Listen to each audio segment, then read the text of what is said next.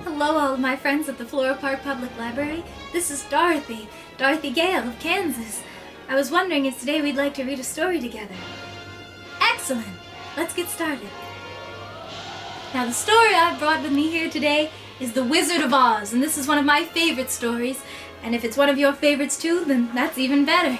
Now, if you know the answers to any of the questions I'll ask you, you can yell it out, alright? Here we go. Once there was a little girl named... Who's that little girl from Kansas? Who is that? That's me, very good, Dorothy. And she lived on a farm in Kansas. She lived with her Uncle Henry and her Auntie Em and her little dog. What's my dog's name? Toto, very good. Nothing very exciting ever happened on that farm until the day of the big wind. It was a wind called what's that called? A tornado, very good, or sometimes we call it a twister. And it came roaring across the field, scattering haystacks and chicken coops and tree branches every which way. Then it roared and twisted around the farmhouse until it picked up the house, Dorothy, Toto, and all. Can we say, oh my? Oh my. The wind carried the house high, high into the air and far, far from Kansas. Then it set down the house with a soft whoomp. It set the house down in a place where there were green hills and sparkling blue streams, and of all things, crowds of strange little people. "Welcome to Munchkin Land," said one little man to Dorothy. "Thank you," said Dorothy politely. "It's very pretty here, but how can I get home to Kansas? My Auntie Em and Uncle Henry will be worried about me and Toto." The little man had never heard of Kansas. Well, none of the little people had ever heard of Kansas. "My dear," said a nice old lady, "you must go to the... Where did I have to go? The Emerald City, and ask... Who did I have to ask for? Oz, the great wizard, yes! How to get to Kansas. Oz is very wise and wonderful, and he will know about Kansas if anyone does." You can see there they are. Very kind people. Follow the... What did they tell me to follow? Do you hear it?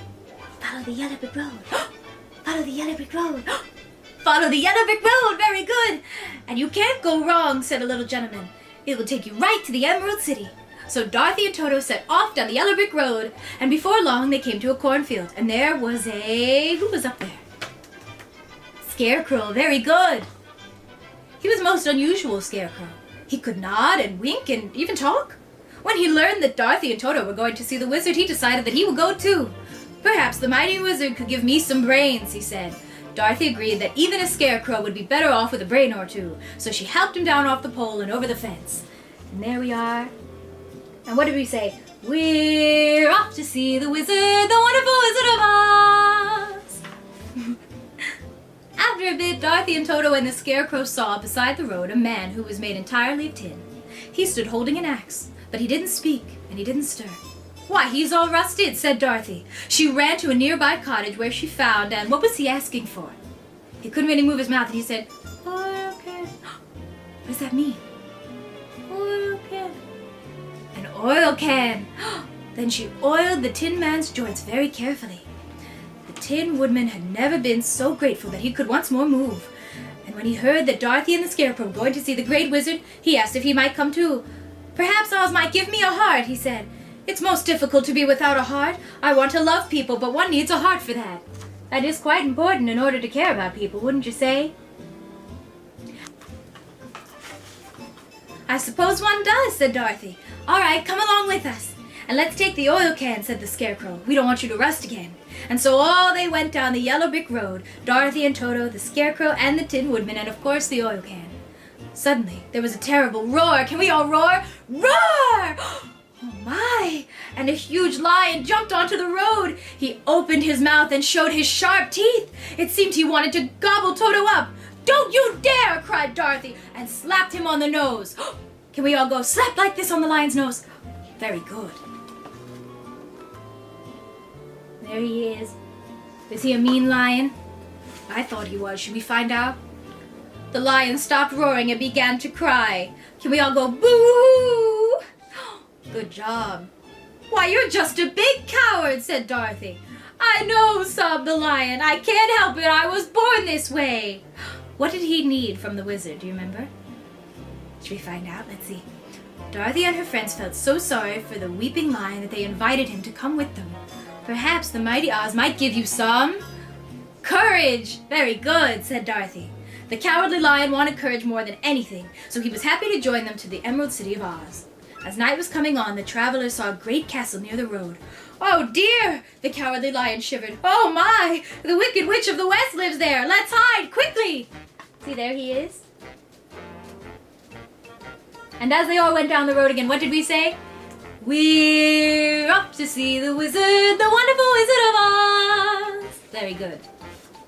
Too late! The Wicked Witch had already seen them. Travelers on my road, she screeched, and she called on her winged monkeys. The Tin Man and the Scarecrows are of no use, she told the monkeys. Destroy them, but bring me the little girl, and the dog, and the lion to me.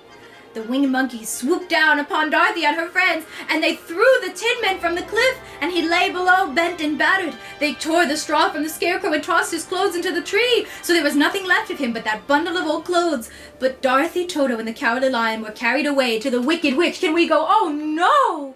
Oh no! Oh my! Oh goodness! You'll scrub my floors and wash my dishes, said the witch to Dorothy. As for your lion, he'll pull my chariot. I will not, said the Cowardly Lion, and he said it in a very brave way. You will, or I'll put you in a cage, the Wicked Witch screeched. You cruel thing, cried Dorothy. And though she was really a gentle girl, she picked up a bucket of water and threw it over the witch. Oh, screamed the witch, now look what you've done, you've ruined me. And right there, before Dorothy's eyes, the Wicked Witch of the West, what happened to her? She melted! Very good! She melted away like the snow under a summer sun! Dorothy and Toto and the Cowardly Lion fled from that horrid castle. They quickly found the Tin Woodman, and they hammered the dents out of his arms and legs so he was almost as good as new. They found the Scarecrow's empty clothes, and they stuffed them with fresh straw, and there was the Scarecrow, whole and as happy as ever. They then hurried on until they reached the green, gleaming, sparkling Emerald City of Oz.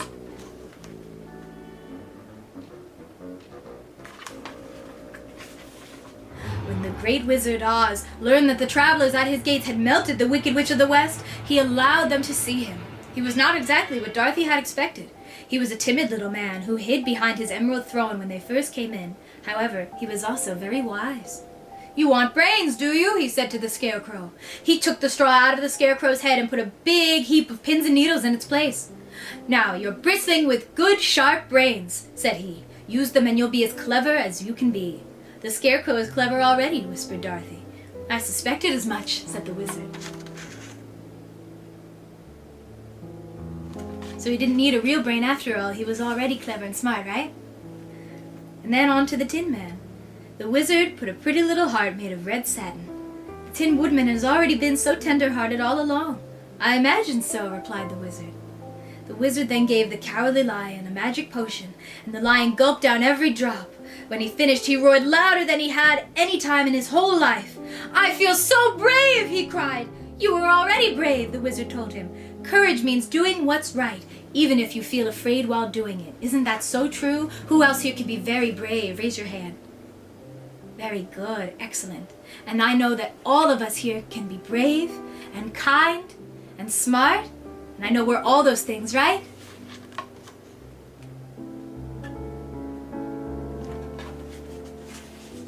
Now what about Kansas? Asked Dorothy. The great wizard smiled and took a pair of pretty silver slippers out of his pocket. These are truly magic, he said. Put them on and they'll take you wherever you want to go.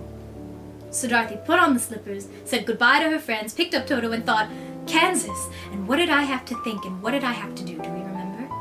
I closed my eyes and I said, there's no place like home. There's no place like home. And I had to click my heels together how many times? 1, 2, 3. Can we do it together? There's no place like home. There's no place like home. There's no place like home. And in a twinkling, the Emerald City was gone. Back she was in Kansas. Auntie Em was hugging her. Uncle Henry was wiping his eyes and laughing, and Toto was barking. She was home again, and all of the wonderful places she had been, home was the best place to be, because there truly is no place like home. Thank you all so much for reading with me. I hope you enjoyed our story. I know I did. Well, I hope to see you all real soon. Bye-bye.